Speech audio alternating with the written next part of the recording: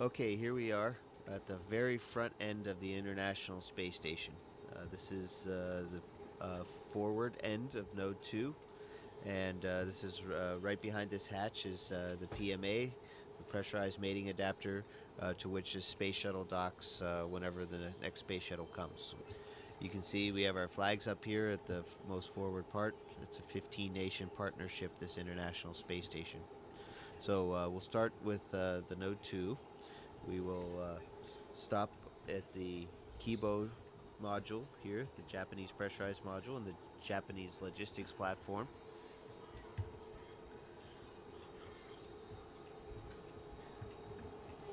We'll stop back there in a second. We'll take a look in the Columbus module, pride of the European Space Agency, and our pride too. And then you can look down the stack, and you can see several other modules, and even into a little bit into the functional cargo block, the FGB, and then the service module. So it's a really big space station that we got. Welcome to Kibo. Please enjoy and relax in this brand new, the most spacious and quietest room in the ISS.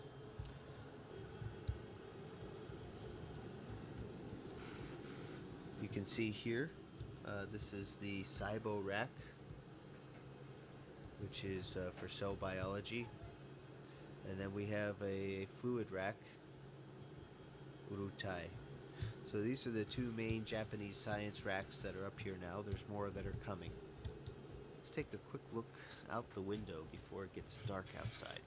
We're going around the world every 90 minutes, so we get to see a lot of sunrises and sunsets. Oh my goodness, it's beautiful out there. So this is looking out the port side of the space station, and we're actually also on the front side, so front port side of the space station. And let's take a look what we can see out there. We can see the robot arm I was talking about, the GEM RMS. Those orange things are the solar arrays on the port side. And you can see we have a full set, and 15A STS-119 is going to be bringing up the last solar array on the starboard side. And take a look. There's our beautiful blue planet there. And looking at this and where we are, I'd say we're over the South Indian Ocean. You can actually see some icebergs down there. So we're actually probably between Africa and Antarctica. You can actually see the different shades of the blue water. Okay, so now fly with me. We're going to go to the Columbus module.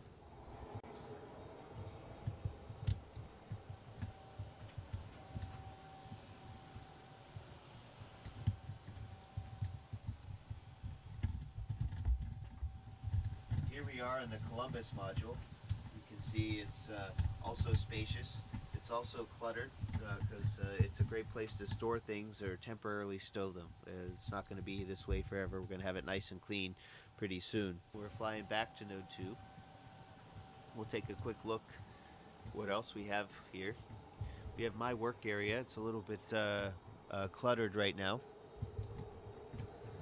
but this is kind of my desk. It doesn't sit out horizontally, but it has everything I need on it. This are my crew quarters right here. You can tell has my name on it. And in fact, I can give you a tour real quick of crew quarters. This is what it looks like inside. There's a fair amount of room. We'll get has a standard space station light on it.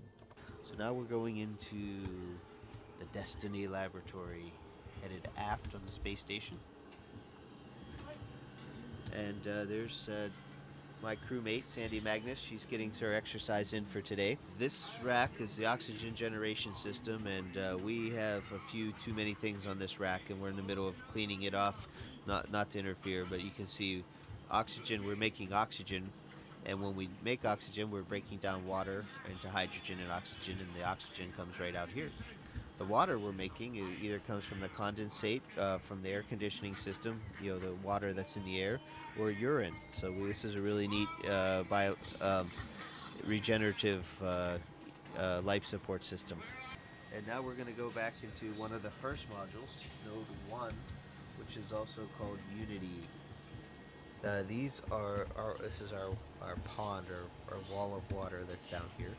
We have different kinds of water, and these are called contingency water containers, CWCs. And you can see different kinds. There's water that you can drink, and water that you can use for other things like flush water or generating oxygen. Now here's the airlock. As we go, the Quest airlock. This crew lock is a hatch that goes outside into space. So you can see that hatch right there. In the meantime, we're kind of storing EVA related things here. You can see this is a safer, which is a kind of a jet backpack that we wear on the outside of our spacesuits in case we get separated from the spaceship. We can fly our way back in. I remember being a Capcom on STS-96 when I first saw these signs. That's pretty amazing.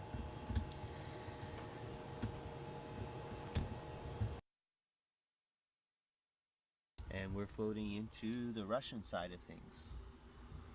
First and foremost, we are now in the pressurized adapter part of the functional cargo block. We call it the GA, and it's also a docking port down below. As you carefully look down below, you can see the hatches, and inside that what you can see in front of us is the docking mechanism for the Soyuz. It's very compact and not a lot of room. Makes it very efficient. Now Yuri's been busy unloading the Progress. We just finished an EVA, so things here in the functional cargo block are very functional right now and very cargo-y. So you can see things are just really full here in the FGB. As we leave the FGB here and go into the docking compartment. Docking compartment is another one of those vertical looks, and it's a kind of a misnomer. It's not just docking compartment, but it's also a airlock. So Yuri and I went out in these two spacesuits a few weeks ago and went into open space and had a spacewalk.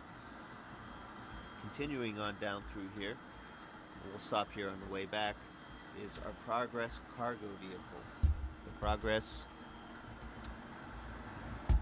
is a cargo ship, unmanned, uncrewed, nobody driving, and has the same kind of docking compartment. It's very much based on the Soyuz design, except it doesn't have any re-entry capability. And we're going to take a look outside. And this is the hatch that I opened up and went outside for a spacewalk, and we're looking aft on the space station. There's a ladder, some solar panels. We're looking at the service module, Zvezda, and looking at our beautiful planet Earth. Let's see if we get a nice little view here of Earth. A little small treat, because no tour of the space station would be complete without it. Last but not least, in the service module, Zvezda, which means star. It's the heart of the space station. It's where we used to have the only place where we could create oxygen and live with the carbon dioxide removal system, as well as a place to eat and sleep. There's my crewmate, Yuri Lonchikov, exercising on the treadmill with vibration isolation system, the TVIS. So this is our eating area. There's our table. And we're just getting ready for lunch. There's our water dispenser right there, Russian style. And our controller for the water dispenser. There's Yuri's room off to the side. You can see he has a sleeping bag right there hanging on the wall, and a computer right here so he can call on the telephone, and write email, and read books. And relax in the evenings a little bit, because we have long days up here. This is a surprise visit that you guys are paying on us today.